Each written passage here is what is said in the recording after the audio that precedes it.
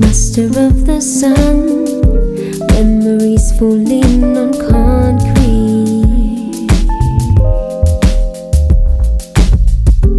Leaving all behind, now you swear to be my enemy. Alright, ready, rolling.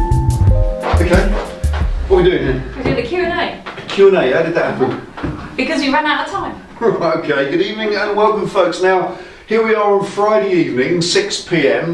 We were going to do a video this weekend of the good old project, but it is a 4 or 5 hour episode, isn't it, in the garage, and in another 12 hours editing. But honestly, with the punishing schedule of day jobs this week, I haven't had the opportunity to even get near it. Honestly, we have got a fantastic overhaul coming next week of the entire garage. So we've been building up to that, doing stuff with that. We've been so busy behind the scenes that we just haven't had that opportunity with day jobs to get near the project, and I won't be getting nearer that probably for a week or so, because the overhaul is rather mad, isn't it? It is. The entire visual appearance of this garage is about to change. Everything in here will be changing, apart from the colour. Apart from that, everything else is going. It's going to be completely renewed, completely revamped, and a whole new look. We kind of alluded to it in the last video, but we're going to actually make this probably 4 or 5 videos, I would say, wouldn't you? Probably. A project which will take starting next Wednesday. So this is Saturdays now. It's Friday night time recording this.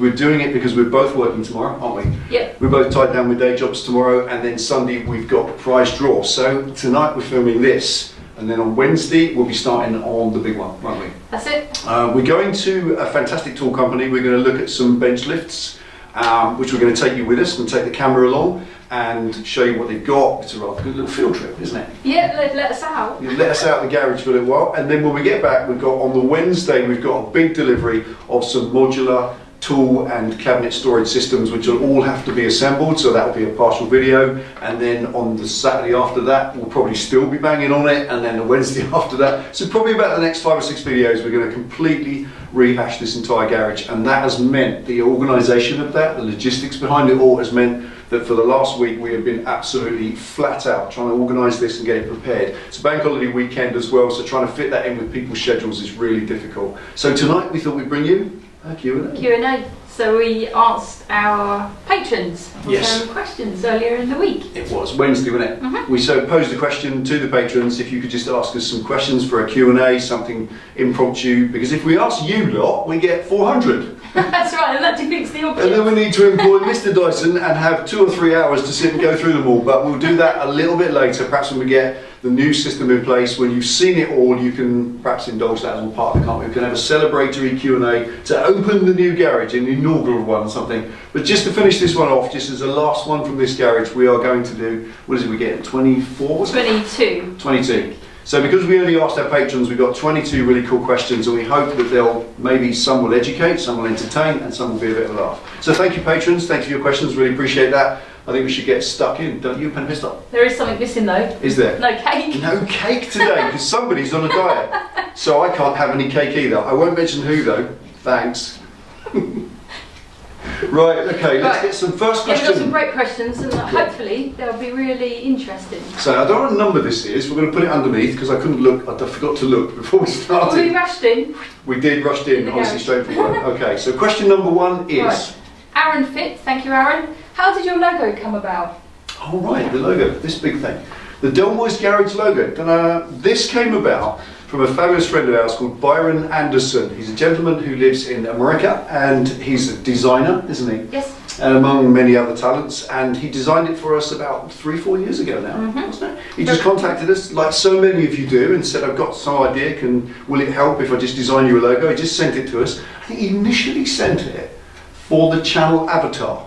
That's all it initially was. It was a low resolution image for the channel, just for the channel avatar, that thing you see next to our name. And that worked quite well, didn't it? So then I said to him that we might do some t-shirts or a bigger sign. So I think it went from there, didn't it? He very kindly gave us the rights to it. Yep, gave us the rights to it. And also, interestingly, this logo now is fully registered as our intellectual property, isn't it? This is now a registered trademark, so it belongs to us as regards the t-shirts and the hoodies and the kids' clothing. I don't know if you've invested in any of that, but with the kids' clothing as well, it's been pretty successful so far. It has. Absolutely. Yep. And thank you for all the orders. It's been brilliant. Absolutely. And so thank you, Byron. It was you, as you know, that designed it. So that's how it came about. Just a very kindly viewer, as with so much. Yep. Cool. Next question. Next question is from Wayne Floors. Thank you, Wayne.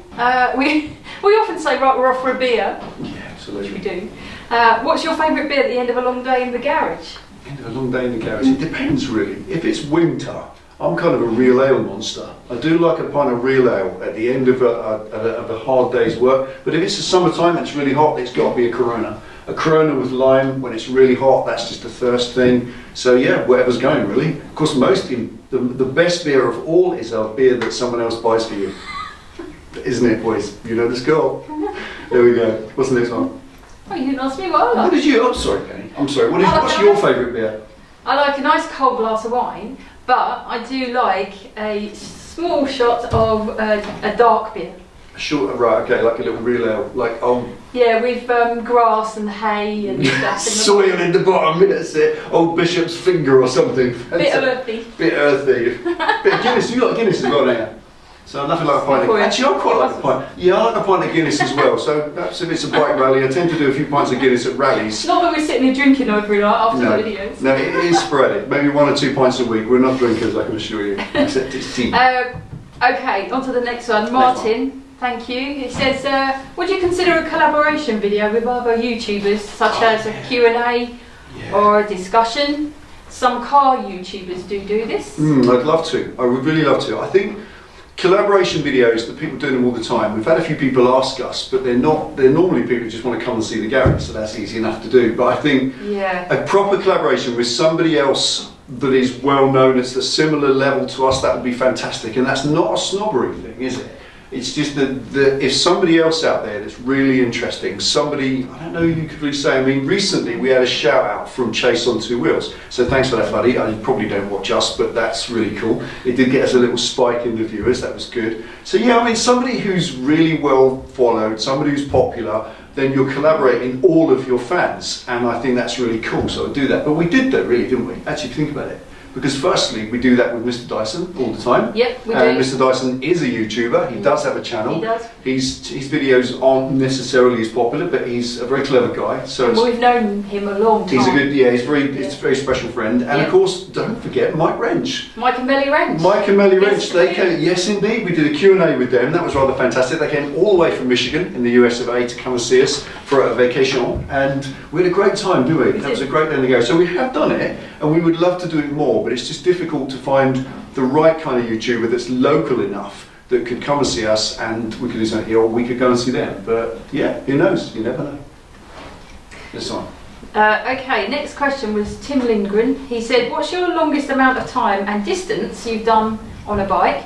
Or are you so busy riding, takes a back seat? It does. Yeah, it does. Riding does take a back seat. That's the problem, actually. That's a little bit of a shame, because with the garage nowadays, we're doing probably 40 hours a week related to garage stuff. That's either filming or post-production or this, you know, like answering questions online, sitting at the computer. So we do an awful lot, but we do give ourselves 1 day for a ride, don't we? We religiously have 1 day a week, sometime, either a Monday or a Sunday, where we'll go out for a ride with friends and we'll have some time. So, but long trips, oh my goodness. Can't do it because I'm self-employed. I can't leave my shop. No, so that's right. So I have to snatch time. That's right. Anybody self-employed knows that situation. You can't just take time off without it costing you an awful lot. I mean, personally, I went to Squires Calf last year with the gang, and that was pretty fantastic. That was only a short trip though. Was it about 250 miles? It's not that far.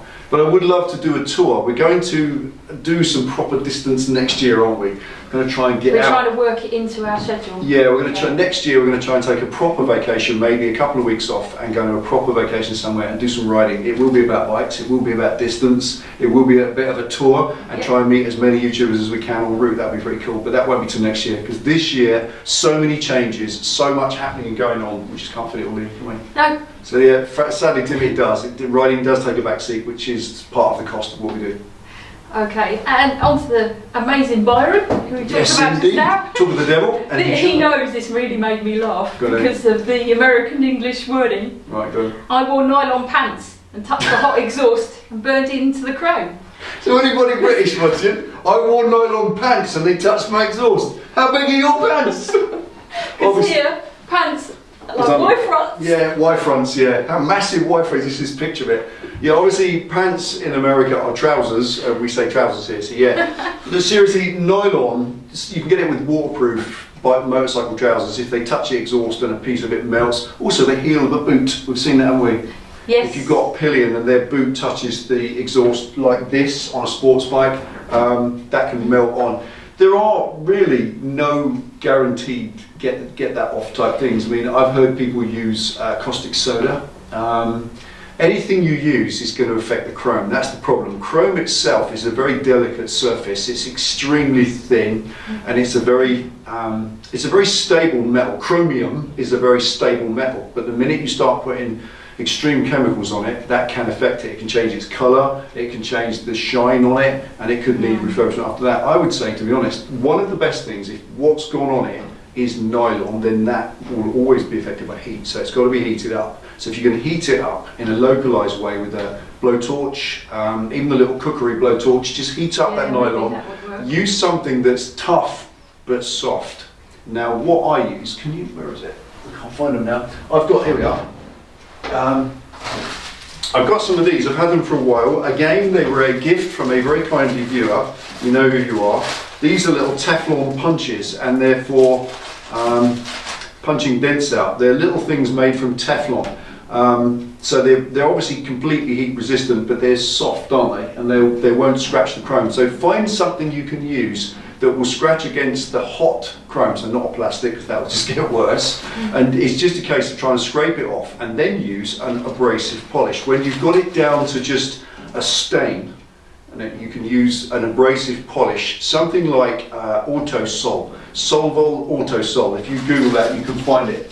That's a good abrasive polish. Belgium Alu is a good one, isn't it? You know that one? There's I would just explain it. Belgium Alu is it's about 60 years old as a product. It's been around since Heinz tomato sauce. It's absolutely legendary. So if you just Google that, Belgium Alu, it is an abrasive polish, and it will do a lot to get chrome refurbished. But of course, at the end of the day, chrome is replaceable. So if it really does bother you and it really is bad and it's permanent, do your best. If you bugger up the chrome, then you could just get it re-chromed. It's not the end of the world. You know, you can get that redone reasonably cheaply, just the one piece that's bad. If it's an exhaust, if it's a Harley, that won't be an actual exhaust, that will be a heat shield. And the heat shield itself can be re-chromed quite cheaply. That's right. Do them both, yeah, cool. Yeah. So I hope that answers. helps. Hope so, Byron. Michael Simpson, hi Michael. How many bikes have you owned? Oh my God. Oh God. Well, I'm What a question. Which is your favourite and why? Well, that's easy. I haven't had as many as you. No, for me, the last part of that is obviously the Fat Boy. My favourite bike ever is my Fat Boy. I absolutely love it. It's the right model of Fat Boy, and it's the right bike for me. It's what I fell in love with in 1992 when Terminator 2 came along. How sad is that? But I'm afraid I don't care. Hands up. Yes, I'm a nerd. I love Terminator 2. I'm a Termi nerd.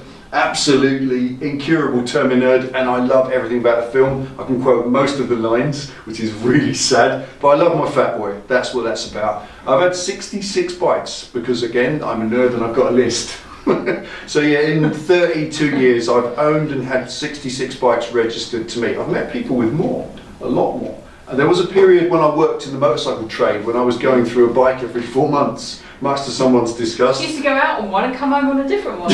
Yes, yeah. Well, a really cool bike had come in stock, and I just do a deal, you know, done, take it home. I like that. I love that one. So that's, yeah, I've had lots and lots of bikes, but I've never loved anything as much as my Fat Boy. What about you? How many bikes you I've had about 15. 15 or so. All different styles, sports bikes, R6, cruiser, all sorts. But I live in the moment. I'm happy with my Triumph because that's what I have at the moment, and I like the big fat wheels. Yeah, absolutely. Nice one. So there we are. That's the answer. Our current bikes are happy. Most, but I think actually the proper answer to how many bikes you had is too many. Too many. But there you go. That's that age. You only live once, don't you? True. Nice for living. Right, hope you're there. Okay, thank you. Question. Jay Ritchie. Hi Jay. He's upgraded from a Sportster recently to a Street Bob, but the rider triangle is killing his hips. Would a highway peg bar work? Or can something else be found? Right, I love that term, the rider triangle. That refers to the position between... Ergonomics, yes. Rider's ergonomic. That refers to the position between your feet, your hands and your ass. Where they touch the bike, those three things that touch the bike, the arrangement of that can actually cause quite a lot of pain. And I had exactly the same thing, didn't I? When I bought a street bob back in 2009 with the mid pegs, I tried to ride it to work, and within 2 miles my back was in agony. It's just the way that my hips were twisted by the pegs, which, because I've quite long legs, so I was a bit crouched up, and it just didn't work for me at all. Until I put forward pegs on it. I put forward controls on it completely, and it was fine. What you can do, what I would suggest is, take a broomstick, a wooden broom handle, cut it to about 2.5 feet wide, or whatever's the relevant length, and cable tie it to the front curvature of your frame, where the Harley frame comes down. So if you look sideways at the bike, where the frame comes down and curves under the engine, that curve there, stick the broom handle through that curve inside the frame. So between the frame and the engine, and cable tie it tight to the frame, and then put some gaffer tape if you need to, and then you've got some makeshift highway pegs that you can go and check. You can go and take a ride and see how that feels, and it costs you nothing except you might have to buy Mrs. a new broom. But apart from that, if you love it, then there's a mass of things. If you look at your street bob, on that front curvature of the frame, there's a metal block, a cast steel block with 2 blank-off plugs in it. If you take them off, they're threads, and that's where you bolt the forward controls. You can actually change over to full forward controls instead of just highway pegs, and they're about £100, I think, on something like that. You can fit them yourself. If you're not sure about how to fit them, drop me a line. It is so easy, I can talk you through it, no worries. So yeah, do a temporary forward peg with a broomstick, see how it works. You might like it. Or some bars as well, finally. Yes. You might find, I mean, I love the street bob handlebars, are the coolest ever, so you may not want to lose that, but you might want to push them forward a bit, push them back up. There's always one. Okay. It's just a case of trial and error. Yeah, exactly that, absolutely. Right, next question. James Leslie Taylor, thank you. Hi, James. He's got a Versys 650. He's getting vibration in the right hand bar, but not the left. Do you know what it is? Oh, right, okay. No, I don't know what it is, but you can eliminate it. So a viewer, and I hope you're watching and you can say, that was me, a viewer told me a while ago, he did this thing where he got a piece of plastic tubing that fitted inside the handlebar, and he filled it with lead shot. Just right. From the fishing shop, go to the fishing shop or the gun shop, whatever, and buy a big jar of lead shot. You can, it's very, very cheap. And he poured it into the tube, and he put that piece of plastic tube inside that side of the handlebar, and the weight of the lead shot was enough to damp out that vibration and take it away. That works. You could try softer grips, but that sometimes, I don't like soft grips, they feel all squidgy. It's like you're kind of riding up the road hanging onto a wet cloth. It's not nice. I like a good firm grip. You know what I mean? So personally, I would do that. That would be my first thing, is use a piece of tubing, bung one end up. I mean, I think you can do it as long as you want. You can put it right through the bar. But if it's just the right bar, you're on about 9 inches of tubing that fits inside the bar. So if there's steel bars, that'll be 3/4 inch. Well, you'll have to measure that. And then make sure it slides in, blank one end off, fill it up with lead shot, put it inside the bar, put the grip back on, or the bar weight back in, and you'll be surprised. That will take a lot of it out, because you're making that part of the bar heavier, a lot heavier, and the vibration that's going through to that bar won't manifest itself in movement. So that should really help. Try it. Yeah, the other final thing is, if you're leaning on your bars a lot, that's always worse, but then this issue is one bar, not the other. That's it's right. not about you leaning, and that's definitely something to do with the bike, I don't know. Never had a Versys, so don't No, know. they're a straightforward bike. But Versys is a nice bike. They're pretty much a universal motorcycle, but they do have a vibrating engine. But so does a Harley, and I don't have that issue, so it could just be something to do with that. Also, you could change the renthals. If you renthal bars being alloy, they're a bit more flexible, so that might work as well for you. So I hope that helps. If you have any problems, drop me a line and let me know how you get on, because I'm interested if you can fix that. Cool. Next one, please. Just text, thank you. Just text. Oh, text. If you had a 2-car garage, dream. Oh yes, just leave it there.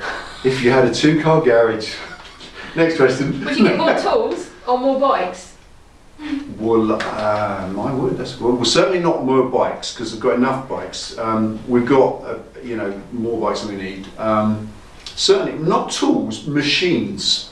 I think a bandsaw and a lathe and a proper welding bench. So yeah, definitely. But certainly, if I had more space, it would be filled up with permanent machines. I love my little New Tools pillar drill, but I would love a full-size 6-foot floor-mounted pillar drill, because they're really strong and really solid.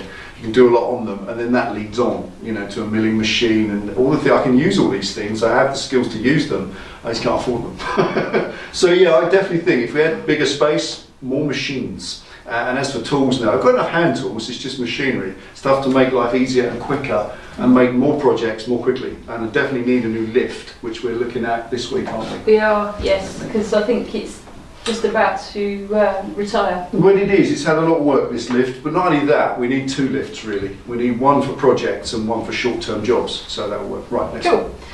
Dave Butcher. Hi, Dave. When is a rat bike coming back to your life? Oh, a rat bike. Rat bike is a state of mind. We really miss it. We do, yeah. I mean, that's a rat bike. You don't have to have a rat bike to be a rat biker. It's a bit like the biker question, isn't it? Rat biking is a state of mind. It's a mentality, and I'm always there. I never leave it behind, and I will definitely make an ugly matte black bike again.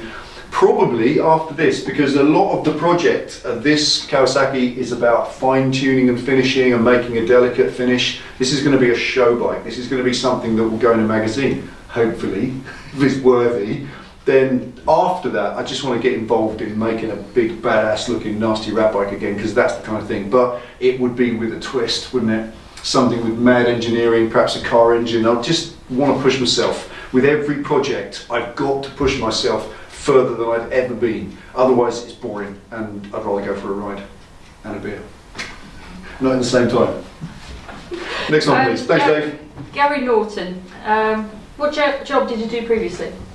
Damn. Well, CV. My CV's that long. yeah, You don't want to know. CV. Seriously, I qualified as a bus driver in 1986 when I was 21, and that was a way of earning a crust. But shortly after that, 2 or 3 years later, I joined the motorcycle trade. I worked for a company in North London called Bikerama, which is gone now. It's a furniture store. Someone now. will say, I remember that. Yeah, Bikerama. Hands up if anyone remembers Bikerama in Hornsey in North London at the bottom of Muswell Hill. That's where I worked. I worked there for about 3 years. That was a fantastic job. I loved it. I met a lot of really amazing bikers, and it was a great time of my life. And since then, since those days, I have gone backwards and forwards between the coach and bus industry and the bike trade, back over and over, haven't I, really? It's Depends when the bills need paying. Over the last 35 years, I've probably spent half as many in the motorcycle trade and half as many in the coach and bus driving trade. And the reason is that the bike trade does not pay you much money. It's not a lucrative business unless you're the owner of the business, and I've worked for guys that have put their heart and soul into a bike business, and it still wasn't possible to keep it going. It is a hard trade. It's a hard knocks trade. It really is. Everybody wants a pound of flesh out of what you're doing, and customers want everything for free, and mechanics cost a fortune, and the manufacturers, the factories give you nothing in profit. You buy a brand new Aprilia. We were an Aprilia main dealer in my last motorcycle dealership, and Aprilia would sell you an RSV Millie for about 6 grand, and the retail price was 7,250. You'd have about 1,200 quid in it. By the time you've PDI'd it, paid the tax on that, you've earned about 800 quid. The same money as a window cleaner would earn in 6 months just cleaning windows. You know, honestly, really, it's the sort of trade I wouldn't make a living at again. I don't want to go back into it, but that's it. I've worked half my life in the bike trade and half driving coaches and buses, which has been a great way, because that's reliable, isn't it? And a diesel fitter. A diesel fitter, yeah. In part, when I worked in London, when we both lived in London, for a while I worked for London Transport. I transferred from bus driving I trained as a bus fitter, so that was actually my only formal training, wasn't it? I trained in Potter's Bar Garage as a bus fitter. It was a 400-hour course, and I became a bus fitter for about 4 or 5 years as well. So that's kind of part of what I do. So that's cool. And remember, when you're watching this, it's Saturday, and the competition entries finished today. Yes, they do. So, you just almost give that away. So yeah, if you think you can use that to answer the competition entry, too late. The bidding is closed. Oops. Slap. Right, next one. Next one is Colin Taylor. Hi, Colin. Okay. I'm thinking of starting a project. What bike would you suggest as a first project? All right. Now that's a good question. Everybody asks this. No, well, not everybody. Let me rephrase that. People that want to do a project. Periodically, a few people ask that question. Yeah, what bike do I start? What bike do I do a project? The first thing, don't go and buy some the first knackered old cheap bike you can. Make sure that the bike that you spend all that time, effort, money, consideration and hardship on building is a bike that when it's finished, you want to ride it. Well, you know, think of what you want to end up with. What I want to end up with here is a really awesome Kawasaki Street Fighter based on a 750 Superbike with some really cool modifications. I would not have started all this work on perhaps a Suzuki GS500. Because when it's finished, I don't want to ride it. So if you're going to do anything, think twice. If you haven't got the budget for a newish bike, something of the modern era, then look at classic bikes. And I don't mean classic old Triumph Bonnevilles or a classic old Harley, because they're actually more money than a modern bike. But I mean a classic old Japanese street bike, something like an old CB650 or an old Z650 Kawasaki, something that when it's finished, as a result of all the money and time and effort and pain and heartache, that you are proud to roll it out into the sunshine and ride it down the road. That's more important than getting it cheap to start with, isn't it? Also, it's always a good idea just to check that the parts are available for that particular bike before you get too stuck in.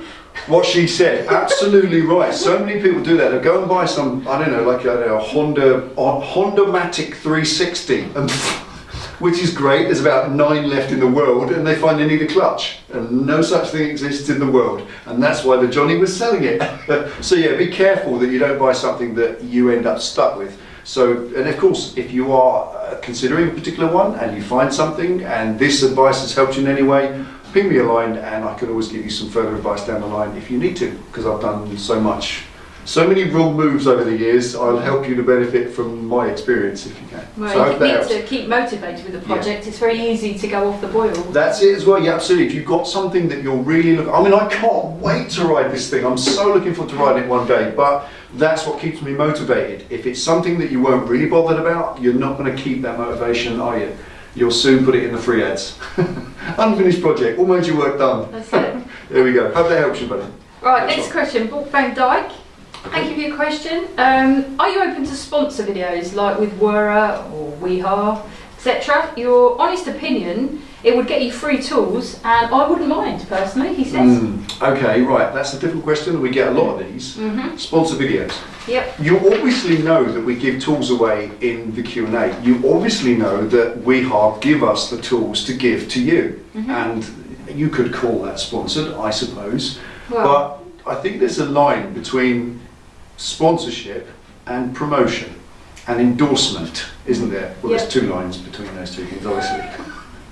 So that's it. I would not endorse something because I'm paid to endorse it, because that's inauthentic, it's fake, and then I lose the credibility that I value so much. If I say something to you that you should buy this or you should try it, it's because I believe it, because I would, because I do. And I say that genuinely. And we have been offered things by companies in the past, and I've turned them down. We were offered well, I won't say because it's not fair. We were just recently offered a cool gadget for a bike, but I have no use for it and no interest in it. It's not something that would feature in my life or yours. No. So we said, thank you very much for your kind offer, but no thanks, it's not us. So we do turn a lot of stuff down, and it's very kind of all the companies to do it. It is a very big thing these days to use popular YouTubers to promote your wares, and in that sense it works, but you have to be careful if you're a YouTube creator not to sell yourself down the river, not to sell your viewers down the river, and make sure that you give them the credibility that they've signed into and tuned into. So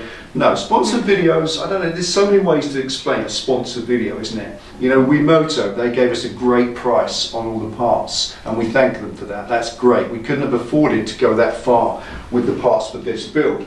We believe we're expanding the quality of this build and therefore the channel if we accept that gift of, you know, discount on those parts. Other things that are about to come with the tool cabinets that are about to come in, that's a part of that sponsored, but it's not at any point sold down there, this is the one I want to make. We will never sign up our lives away to someone so that they own us and can tell us what to say. Nobody will tell me what to say. Nobody will tell me to say their product is good, because before you know it, you're Barry Scott, aren't you? Do you remember him? You remember, Some yeah. people might not know who he is. No, well, you got to do an impression. Bang, and the dirt is gone. You remember Barry Scott? Hi, I'm Barry Scott. Silly bang, the dirt is Silly gone. bang. Fantastic guy, a really amazing and funny guy. But the point is, the minute you become like that, you're just a voice. They may as well just play a recording over the internet. That's not interesting and it's not credible. Nobody will ever control us. That's the point, and that's the crux of it. Sponsorship, great if it comes our way and it can help us to make better video for you. That's great. Great if it comes our way and helps us afford to expand and grow. Great. But the minute it exerts control on us, it's gone. We had it recently with someone who offered us a battery, a nickel cad battery, one of these little tiny NiCad batteries. He said, yeah, I'll send you this. I want you to say this and this and this and this. Script. Yeah, I just, not interested, mate, phone down. Bye-bye, not interested. No price, no product, no sponsorship is worth selling your ass down the river. It really isn't, or your viewers. So no, we wouldn't do sponsorship in the sense that you sell yourself to someone and you become their product. I'm not interested in that, but we will always be happy to accept things that can enhance videos, and more importantly not, we are sponsored by the patrons. That's right, that's what I was about to say. Sorry, then you say that. No, that's all right. We've got Sorry about that. wonderful patrons that give a little donation, what they can afford every month, and it helps us keep like we are, but improving, but keep moving forward. But even with the WeHard tools, they very kindly always give us one for prize draw. But that's the cost. Well, they came to us. They said, "Can we give you a tool and you use it?" We said, "No, you give us two." That's it. And we'll give one away to our viewers. So that's the point. We always lay down the law to them. This is what we do. If you're interested, great. If you're not, thanks very much. And so it works. But it's the patrons that fund this channel, and I think we sell them down the river if we start actually endorsing things because we're told or paid to do so. So no, not at all. It's keeping the status quo is important to us. We think at the moment, right this moment, we've got it just about right. Hope so. Hope Think so. so. Hope so. That's a long question. Thank you for that. It was a long Appreciate question. That. Okay, what's the next one? Ian Wallace. He had a GPZ 750T. Oh, blimey, yeah, turbo. That's a rare bike. Cool bike. Very cool. What would the cost to turbo change? Turbo change. Ching. Turbo You charge. don't get any change out of a turbo. Right. They're so expensive. What would it cost to turbocharge a modern engine today? Oh, right. Have you worked on one, and what would be the benefits? Yeah. Or are there any? This is a good question. That is an amazing question. Thank you, mate. I appreciate the opportunity to answer that. Right, GPZ 750 Turbo, absolute legend in its own lifetime. It was a legend when it was on the road. They were probably bettered by the GPZ 900, which was non-turbocharged, and they were temperamental, but nevertheless today a GPZ 750 Turbo is an awesome and classic bike to die for. They're fantastic because they broke new ground. Kawasaki have always been the manufacturer of performance. Kawasaki's mantra has always been performance first and the rest comes after. Look at them, they make the H2R and all that sort of thing. You know, they're probably the front runners in performance, and I think turbo bikes, yeah, I've worked on turbo bikes because basically they're the same as any other bike. A turbocharged motorcycle is just a motorcycle with a turbocharger. There's really no difference, honestly. There's a little bit less compression inside the engine. These are tiny little differences, not something you need to worry. They're not hard to work on. As regards modern bikes, when you bring because turbocharging came about in the 1930s as a means of making more power for engines that couldn't cope with what they had to do. Things like aircraft, that sort of thing, and race cars, they were turbocharged because their massive great engines just didn't create enough power. So forced induction was the way, and they've survived, haven't they, to this day. Turbos are still very cool. They're used in trucks and buses. All the coaches that I drive, they're all turbocharged. They're little tiny Ecotec engines with enormous turbos on, so they're still a great way to go. But for motorcycles, not needed. These days, you don't need a turbo in a bike because a 600cc bike today will outperform a 1200cc bike from 25 years ago. You go back to the day when I was first really getting into tuning bikes, it was things like a big GSX 1100s, the big GS 1000s, all that sort of thing. You could go to someone like Devon Performance or TTS, you could get £3,000 or £4,000 from your savings and empty it on their counter, and they would turbocharge your motorcycle and it would make 150 brake horsepower instead of the 75 it made. But today, Today, you can buy a 600cc bike straight off the shelf that will outperform that. So no, there's no real need to turbo bikes now. But if you do, if you take a Hayabusa and you turbo it, or Kawasaki ZX-12R, which is probably the best one at the moment, to go and put a turbo and give it to a tuning legend, someone like TTS, they'll make 500 horsepower out of that bike. So it's great for racing, awesome for drag racing, things like the Texas Mile, all these awesome race sports, they're great. But for road use, for day-to-day, turbo in a motorcycle is kind of pointless now, really. You know, you don't really need it, do you? You get overtaken by someone on a moped because there's traffic. It doesn't make any difference. But no, turbo is a wonderful subject. Could talk about it for hours, but I'll get kicked from that. Yeah. Next one, please. Right, Mr. Harpennington.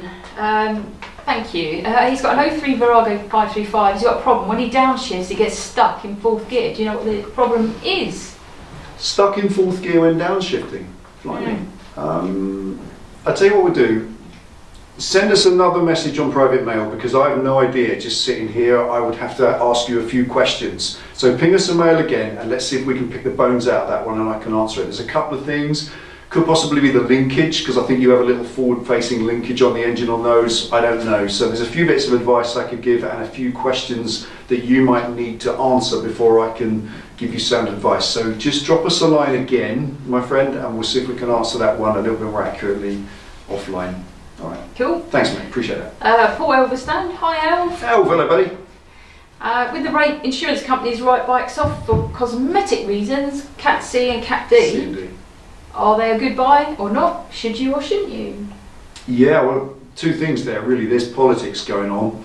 The concept of the Cat D and Cat, you know what that is. When you buy a Category C or Category D rifle, it just means they're only written off for cosmetic reasons. The cost of main dealer repair at full price, with full price labour and VAT and everything else, outweighed the price of the motorcycle's value. So the dealer or the insurance company offers the owner a bag of money and says, take this bag of money, keep your bike and repair it yourself. And most of us think, oh, I'll have a bag of money and I'll fix the scratch. Because this is the point. If you drop your motorcycle and it's got full fairing, let's do what we just mentioned. Perhaps you have a classic GPZ 750 Turbo in immaculate condition, somebody backs into it, it falls over and scratches the aluminium fairing brace, which is an impossible product to find. It would have to be manufactured, and you go to Kawasaki and they say that's going to cost £2,000 to repair, and they go, well, actually it's, you know, look in the Glasses guide, the price guide, and they say, well, it's only worth 1,500 quid,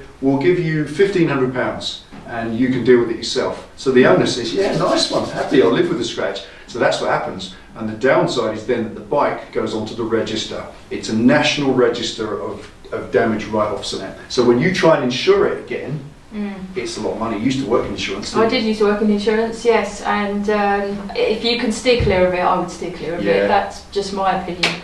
It's your choice, isn't it? But they are stigmatised. Any category insurance write-off machine, no matter what it is, does have a big turd on the seat. It is a massive stigma, and you'll find it hard to sell it. If you're just going to ride it into the ground and scrap it because it's just a commuter, perfect. But make sure that all the paperwork is straight, and before you purchase it, talk to your insurance company, because a lot of them don't like to insure them if they've already been paid out, do they? So there's the stigma. They're good value though. You get a nice bike for the money, but my view has always been that there's plenty of bikes for sale out there. Why not look for something that's not got that? Damage repairable stuff's okay, but check out the politics that comes with it. Things like the insurance problems. They're always stigmatised. That's the issue. All right. Cool. Cheers, Paul. Tony Jeffrey. Hi, Tony. Hi, Tony. We know so much about you in the bike world, but where would your ideal holiday destination be? Oh, cool question. What about you? What do you think? I've hardly been anywhere. It was sad. We didn't go anywhere. What do you reckon? I know for me. Go on then. Bora Bora. Bora Bora. There's no place like Bora Bora on the planet. It takes a week and a half to get there. You can fly to Australia in 24 hours. So that's the other side of the world. That's as far as you can go. And yet Bora Bora takes a week and a bit to get there and a week and a bit to get back, so you're truly away from the world. True, no and phones. just Google a picture of Bora Bora. Obviously you want to go there, you want to live there, what an awesome place. So yeah, for me it is. What about you? Disneyland Paris. No, No into that way. no, I've been to France. Bike holiday? I like France, but I can't speak French. No, you don't need to. Bike holiday, probably. Bike holiday. Just a touring around, just experience being outside and, That's and it, isn't it? experiencing some things. Yeah, that's a good point. I think staying static, except in a place like a beach at Bora Bora, which is of course excellent, Yeah. that's nice. So many holidays you go on, they're going to get boring after 2 days. So moving around, touring, yeah, touring is probably the way in reality, because we couldn't afford a holiday in Bora Bora. No. Not in this lifetime. So there we are, hope that helps. So I'll wait for the tickets, Tony. Yeah, thanks for the tickets, yeah, get the address on me. Carl Saunders says, given your experience with bikes, would you delve into the internals of an engine or would you have a pro do it? No, I've done it That's a myself. good question. Yeah, it's a good question. No, I can do it myself, got all the relevant ability to do it, but I would say to anybody who hasn't, if you need to ask how to do something, then you clearly don't know how to do it. So you've got to really study before you start delving inside. Most motorcycle engines, they're pretty simple, straight enough. The differences between them very, very small, or very, very little. Depends slightly on the engine. I mean, obviously, you know, something quite complex like a fuel-injected Kawasaki sports bike, I don't know. But a Harley engine, well, you know, there's 9 moving parts. And one of them's the rider. You know, honestly. Now, when it comes to motorcycles, I'm pretty cool on anything. It's just that I don't project that in videos because I don't want to lead any of our viewers down or up a creek without a paddle when they can't get back out. Because sometimes, and this is one of the reasons people ask us all the time, will you do a valve clearance video? It's the biggest one, isn't it? And we always say no. Honourably and respectfully, no. Because if we do that, it's okay. It's very easy to check valve clearances. It's a simple task. But when you find one of those clearances is not correct, you have to replace the shim on the top of the valve. That is a proper technician's job. You need to take camshafts out, you need to replace the shim. On some Kawasaki's you need to take the buckets out. It's a long job and it's detailed. And if you make an error in reassembly, then as soon as you start that engine, you could destroy it. And I don't say that lightly. You know, if you get the cam timing out, then you can get a piston and a valve hitting each other as soon as you try to start it, and it just causes internal wreckage and your engine's toast. So I would not want a viewer to be in that position, so we don't do those internal videos. But I'm quite happy to do it myself. There are very few things. I hand tyres over, don't I? Because our mate Sean does those. We use a friend of ours nearby who's got a motorcycle garage. Tyres, I just take the bike to him, you know, or I take the wheels in there and he just puts the tyres on. He's got a tyre machine, he balances it. He factors the price of the fitting into the price of the tyre and he's still competitive. So tyres I don't bother with, but everything else I do myself. And it's only because he makes you a cup of tea. No, I had to make tea. Oh, I went and got my MOT recently on the Harley and I had to make the tea. Cheek of the man. Right, next question, Corinne Gallagher. Thanks, Corinne. Hi Corinne. How do you tell if a cam chain is slack if you have an automatic tensioner which one day decides it's manual? Today I'm manual, so I'm not moving. I'm not moving. I will not be moved. How do you tell? Well, the bike will run like a bag of spanners. It will just be rough as a bear's ass because the cam chain tensioner keeps the cams timed at the correct position. So if the tensioner stops working, the cam chain goes slack, or a cam chain tensioner can freeze. It very rarely backs right out and allows the chain to flap around. That's quite rare. Never heard of that. Normally they seize in position so they don't move. So as the cam chain itself continues to wear, then the tensioner doesn't continue to push inwards and keep it tight. So that as the chain will go it will go loose over time. So the bike will run rougher and rougher. And I mean over a really long time. It might take 6 months, it will just get rougher and rougher. Because as the cams are being turned by this chain that's slack, they're not being turned accurately. So the valves are opening at slightly the wrong time. So you're going to get bad running. That's the first sign of it, is a bike that for quite a while would be getting worse and worse in its running. You can hear the rattle sometimes, but some bikes like the big Suzuki, the big oil-cooled engines, the GSXR and Bandit 1200 engines, they rattle anyway. They've got a dry rustling noise that is normal. The cam chain's not the noise. The noise comes from the valves because they're a 24 valve head and they have lock nut and adjusters, not shims. So there's always a bigger gap. There's an oil-cooled engine. naturally gets hotter because it's not water cooled. So as it gets hotter, it needs wider valve clearances, and those wider clearances tap when the bike's cold. So most GSX-R engines or Bandit 12, when you start them up, they're always a bit noisy and it goes quiet after about 2 or 3 minutes. As it warms up and everything expands, the tolerances go back to normal. But other than that, really, maybe rattling, I don't know. If you're not sure, take it out. If you take the cam chain tensioner itself out, and when you've got it out, don't turn the engine over, for goodness sake, that will destroy it. Just take the cam chain tensioner out and you can see it. I think I've got one. Let me just have a quick look, hang on. I've got one in here from a Honda. From a million years ago. Let's have a look. Hang on. Where is it? There it is. Right, that's a Honda Blackbird cam chain tensioner, and it's seized.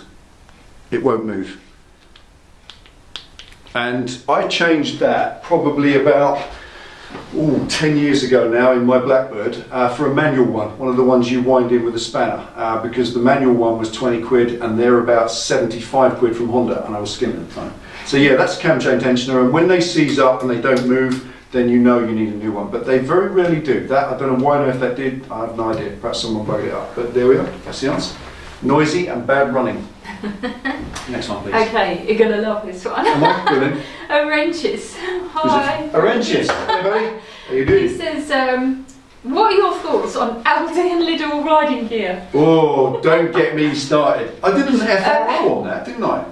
FRO yes. cabbages. Yeah, I'll tell you why. Because he says a colleague who knows nothing about bikes wants to get his son on his CBT and asked him how much an Arrow helmet would be. And when he said, he nearly fell off his chair and said, I can get it all at Aldi for under £100. No, under £1. That's what he probably meant. I can get it all at Aldi for under £1, because that's about the quality. Oh, I don't know. This was an FRO, wasn't it? What else did he say? Sorry, is that it? No, he's got a second question, but I know how much. Yeah. The problem, yes, and breathe. Seriously, I did an FRO way back called cabbages, meaning that people who sell cabbages should not sell motorcycle gear. There is something in the handling of motorcycle helmets. When I ran a motorcycle shop, we sold helmets, as you do, and when you handle motorcycle helmets, they must be handled in the correct way. They must be stored in the right area. They mustn't be stored in extreme heat or extreme cold. They are fragile and they have a shelf life. So I wonder, also people like certain supermarkets, not mentioning any names, they source their products from just about the cheapest buyer or cheapest supplier, don't they? Yep. They're not bothered who they source their products from. If from tomorrow morning the local Lidl store stocked Arai helmets, I would be happy to buy one, as long as it was an Arai helmet and not a fake one. And being stored and handled properly. That's not really the big issue. The big issue is where they source this stuff from. Jackets, gloves, boots, whatever, not interested. It's the helmets that get me wound up. It really boils my piss, it does, honest, because I cannot believe that anyone would have such a greedy attitude to go and buy a 25 quid crash helmet from a supermarket. It really and honestly is outrageous. They have you've got no idea where those helmets come from. They're probably made in China or worse. They're definitely made to a cheap price, because these supermarkets are all about the cheap price. That is their mantra, that is their meal ticket. It's the price, nothing else. And unfortunately, what I said, I need to breathe. What I said on the FRO was that the tragedy is that the matey who goes to work in a bus garage or a lorry yard or whatever just wants a scooter to get to work on. He's not a biker, he's not a motorcyclist, he's not an enthusiast, he doesn't know one end of a bike or a crash helmet from another. He basically inherited a scooter from his neighbour, he's riding it on his car licence and he just needs a lid. Oh, yeah, look, £15, little, bang, puts on his head, great stuff. He doesn't know. His ignorance is what is allowing that company to benefit. Those companies benefit from the ignorance of the uninformed. So every one of you bikers out there watching, tell everyone you can, do not buy crash helmets from supermarkets unless you can be sure of the brand, that it is a good brand. And we all know what they are. There are dozens of good brands, from Arai and Shark and Shui and all the top ones. right down to laser and roof and all the secondary stuff. You know, buy a known brand of helmet, fine, but they don't sell them. Everyone they sell, all the products I've seen in these places are proper cheap stuff, nasty cheap stuff from China. I just wouldn't even go there. Maybe I'm wrong. If someone can prove me wrong, I'll make a video and say so. People do argue that, oh, they've got the safety certificate on, but how much is your head worth? If you, Well, you know, if you how have a much? bad accident, How much does it take to fake a safety certificate? And how much does it take to get one? Even if it's a legitimate safety kite mark on the helmet, then how long is that going to remain safe? The shelf life, well, shelf stroke usage life of an Arai helmet, which is my favourite brand, they are about 5 or 6 years, and they will still be up to standard, saving your life and producing the same safety protection at 5 or 6 years old as they are at brand new, provided they've not been dropped or damaged or anything, you know, the obvious. But can you say that about a helmet that was £15? So if you're going to buy it and wear it for a week and throw it away, then I guess that's fine. But why would you do that? Buy a proper one. exactly. I know you it's expensive, but it's The last word on that, to my brother, who's a paramedic, as you all probably know, he lives in Queensland in Australia, and he has a fantastic phrase for this: buy cheap helmets all you like, if you would like to enjoy life in front of the steering window, because brain damage, let's leave that there, okay? No more. and highly.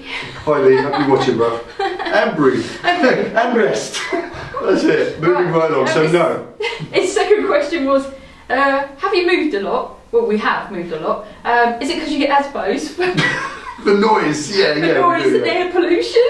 Yeah. We have moved a lot, but we since we started your business, Yep. we sold our house, which we kind of paid on a mortgage like we do for whatever, So many years. 10, 15 years.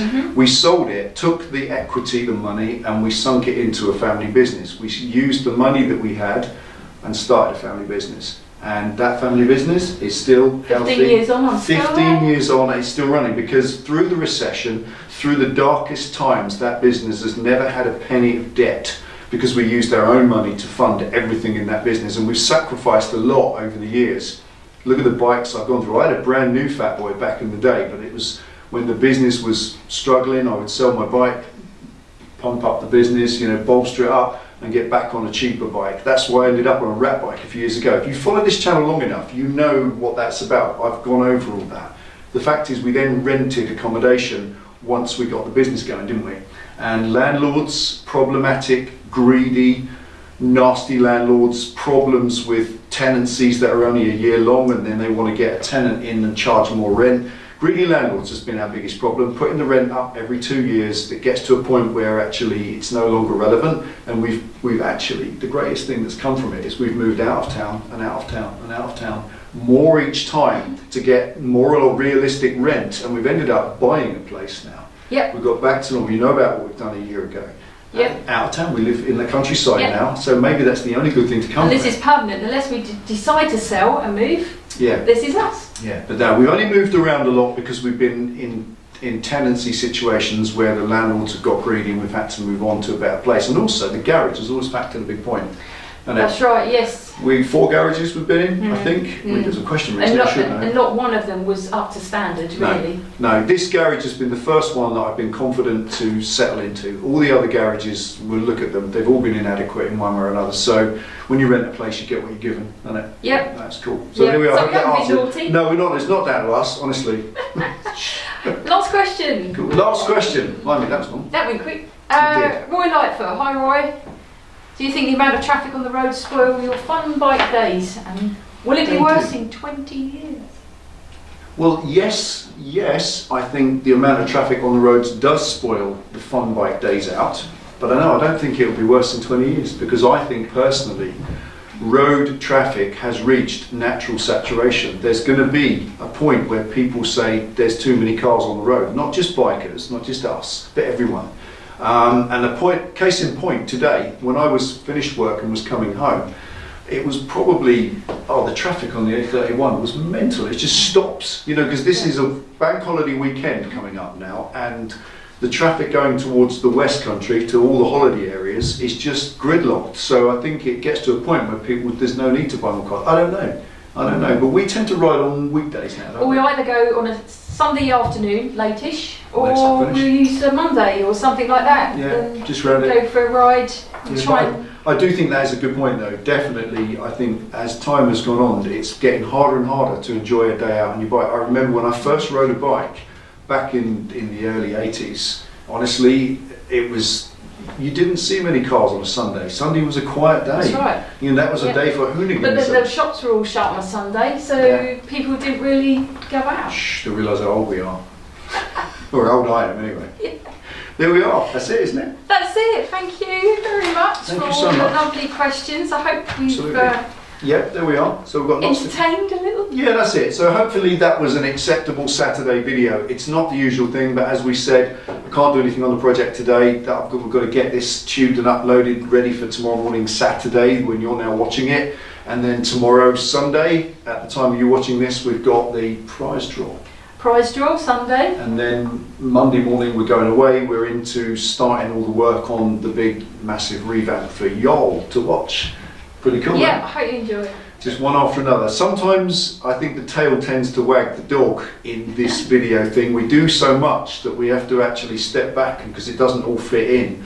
And we never want that to reduce your enjoyment or not produce videos that are meaningful. We don't just want to bang up content for the sake of it. That's pointless. We want it to be interesting. So we hope this was. Yeah, we do try and think about it ahead. For So a minute or two at least. Right, time for a cup of tea?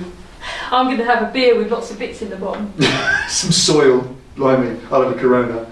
Thank you for watching. Take it easy, ride safe, and we'll see you for the next one. Victim of your cause, I'm running in the dark, I venture into nothing. Gone into the night.